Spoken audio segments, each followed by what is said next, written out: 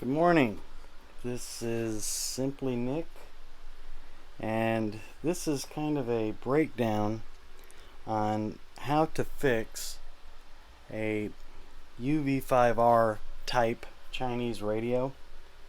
I'd purchased, like I said, I've got the ever expanding collection of walkie-talkies, and then there's, like I said, two down there, a ham and a GMRS. But I bought this particular radio right here offline, I believe either eBay or Amazon. And the thing that appealed to me, I've already done the repair, but I'm going to kind of try to walk you through what I did. I figured if instead of trying to put my fingers in the picture, something like this would be a little bit more helpful. So I've already taken the knobs off here and here, and if you look, I've already taken the lock rings that can hold these in. Okay, so when I got the radio from this company directly from China, I guess it's Abbree. I turn on the radio and the screen was just white. Nothing. Okay. For a second there it worked, but then it stopped working. Okay, so I reached out to them and they immediately came back and said, "Don't worry about it, we'll send you another one." I said, "So are you going to send me return packaging for this one?" They said, "No, just keep it." So I'm like, "Oh, okay." So I figured, well, why not just try to fix it and see if I can do it? Well, in this process, you can see now that these things are a bitch when you don't have the knob on there and when you're turning them the wrong direction. I don't know if you can see that, but it does indeed have, I'm getting some weird ass looking glare on the camera. I don't know if you can see it, but there are numbers present. It doesn't look like it, but they're there. Okay, they're visible and clearly visible. So obviously my fix worked. So first thing you're going to need to do is take off, and the one thing about them is they have very specific, I guess that would be regular ham radio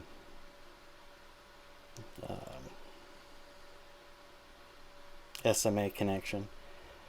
First thing you would do, now one of the things that I liked about this radio when I saw it is that it will, if you get in the right section on it, and I haven't really played with them or this one or the replacement, you can get into a function where it will, if you transmit anywhere near it, it'll pick it up and save the channel and any tones or any of the other stuff that you need to talk back to the sending radio. It'll actually save it.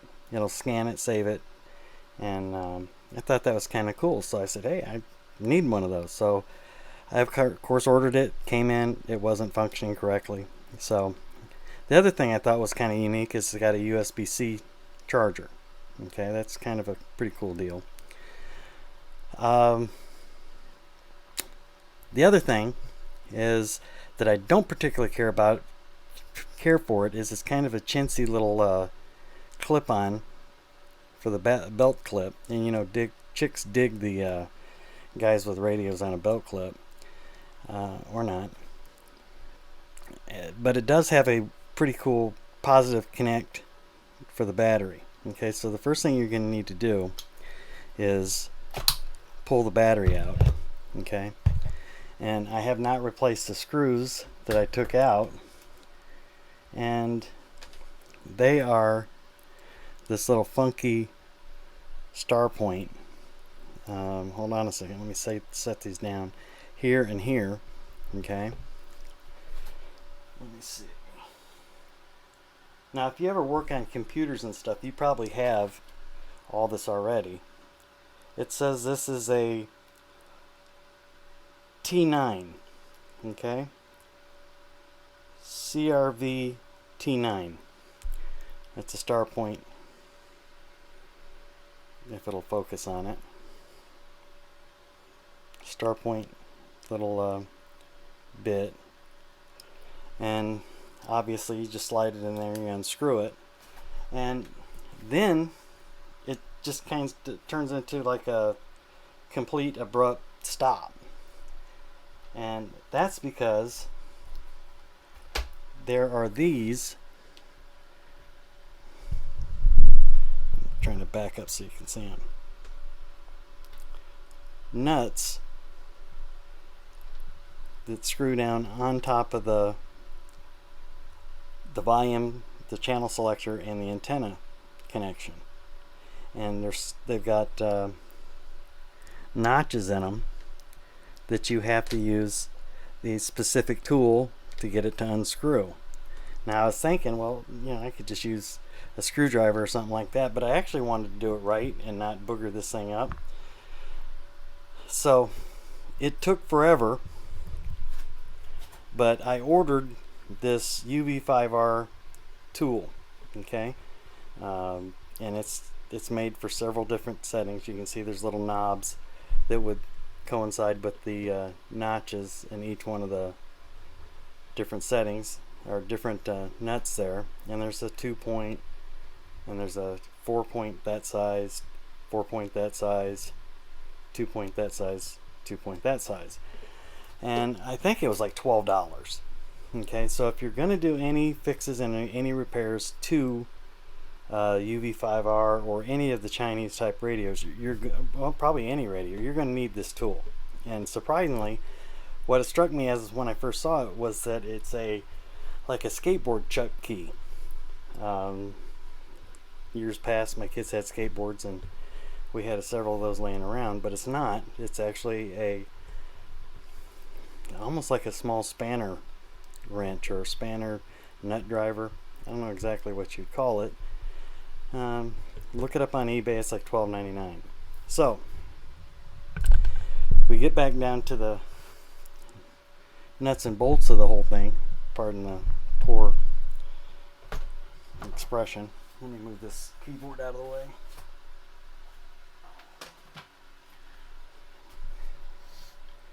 And move all these up here so that you've got more of a full range of what's going on.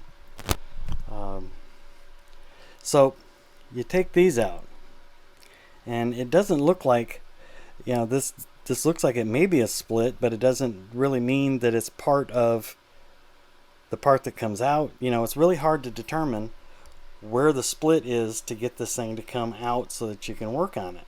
So I used this little tool here, which is in any computer, you know, electronic repair toolkit that's got 50 billion different bits and stuff on it. This right here, and basically I just went in here gently because I didn't want to mar the thing up. Now the other thing is these are a pain in the to get off. These are the knobs, okay, and they're just press on, but you don't really know, is there an Allen screw under them? It's just a pull on, push off, you know, deal, and they go in a specific way. I'm looking at them here. Yeah, there's two little teeth that are side by side here, and that would match up with the flat spots on this. I don't know if you're seeing that. There's a flat spot, and if you've never seen I guess that's a potentiometer.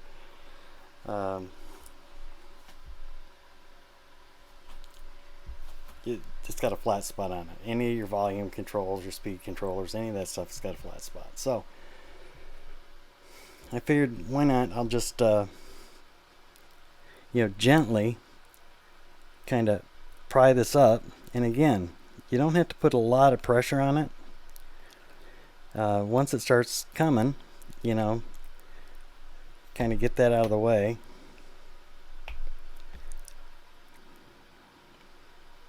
And again, I've had this apart, so And then just be careful that, you never know. On this particular one, there was no keyboards that were right there. On your device, whatever it is, there's no guarantee that there won't be until it pops open. Okay? And then just kind of gently pull it out. And you're going to have to get those to come out through the openings. And what it was, and then you have to be really careful because your speaker wire is connected. When you pull these apart, you don't just rip it apart because you're going to pull your speaker wires off. And long and the short of it is, this screen here was not lighting up. And I kind of messed around with it, figured out how to flip it up. And there's your typical computer ribbon connector right there. I pulled it off and kind of brushed it off a little bit without messing up too many.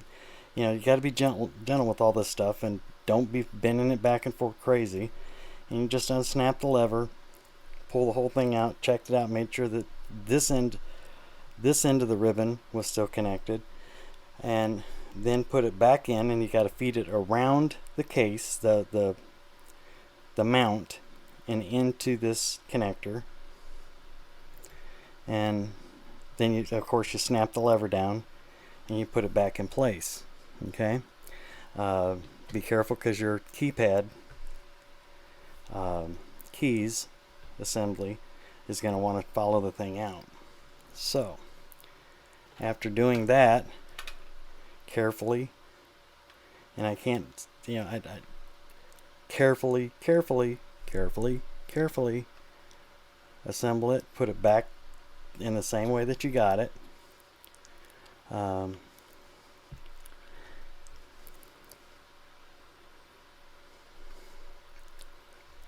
Make sure that the keys are all fully seated.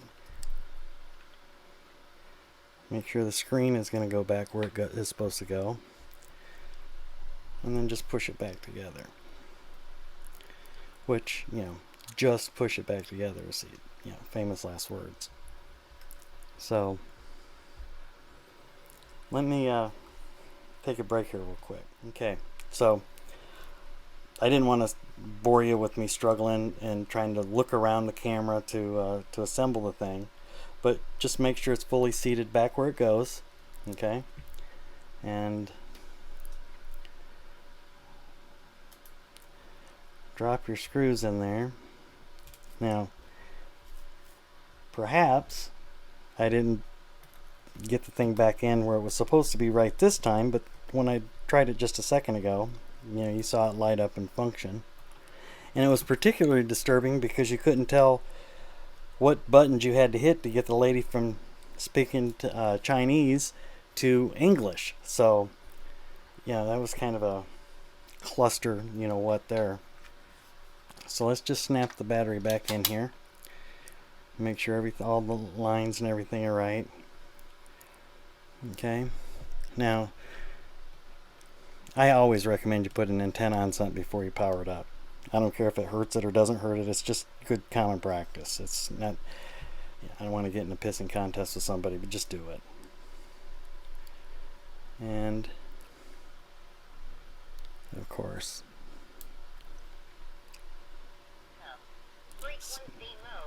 and it's got 100.6.000 and 152.424 on the screen.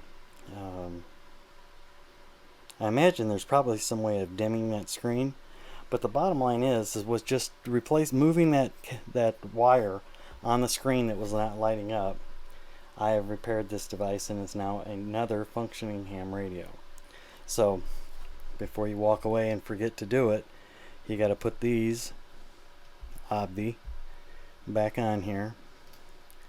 Let's go ahead and power this down and pull this off.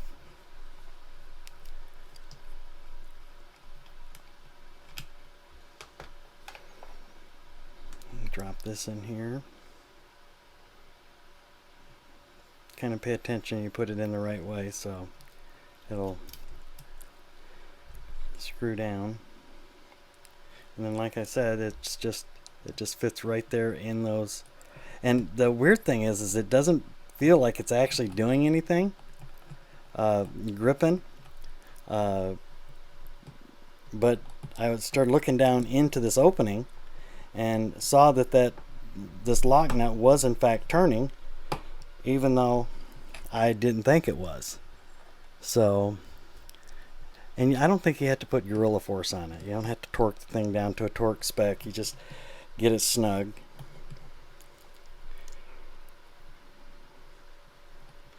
And it might have been better to possibly even just use the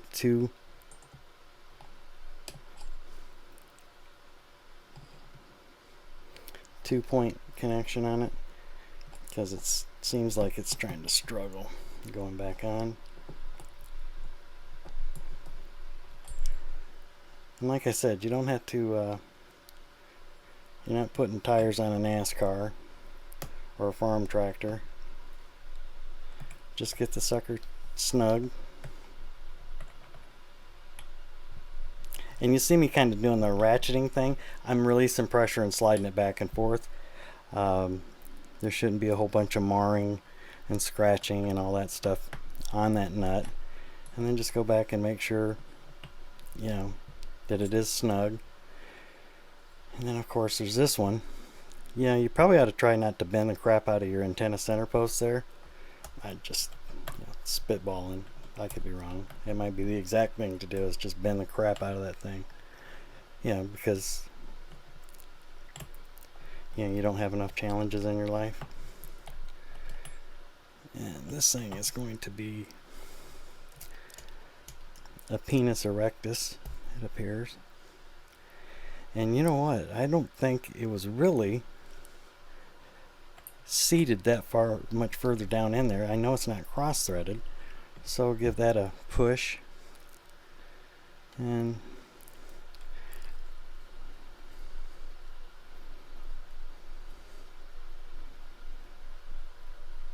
that's there.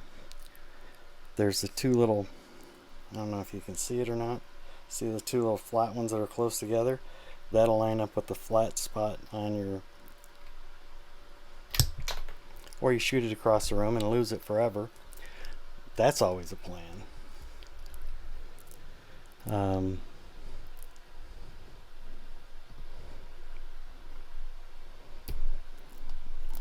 Put that there. Of course, it actually, if anybody fishes for saltwater fish, the part that goes on there almost looks like the teeth on a speckled trout up on the roof of their mouth. Kind of funny, actually. I had to get it closer to me because stretching over the thing was not happening.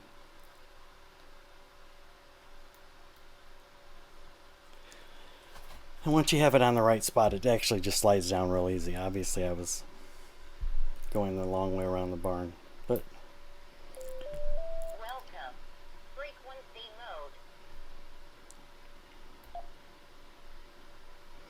Voice prompt. Confirm. Confirm. Confirm. Cancel. Cancel.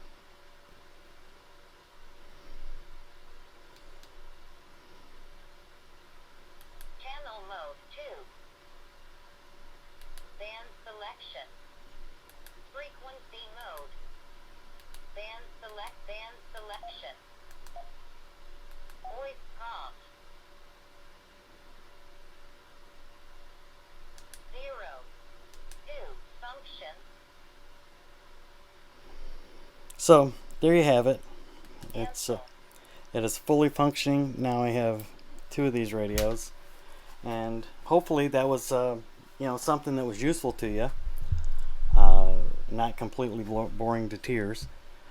One of the next things that I'm trying to work on here is getting that thing figured out, because I bought that so that I can edit videos off of that,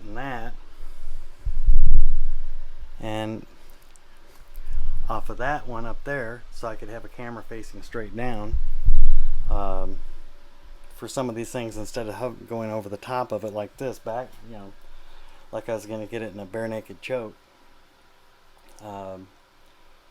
So anyways, thanks for watching, and I hope you have a good day. If any of this was entertaining or educational, or you like what you saw, give me a thumbs up. If you didn't like any of it, hit dislike twice, and you don't have to come back. And maybe have a second to hit subscribe and help support the channel. Thanks. Bye.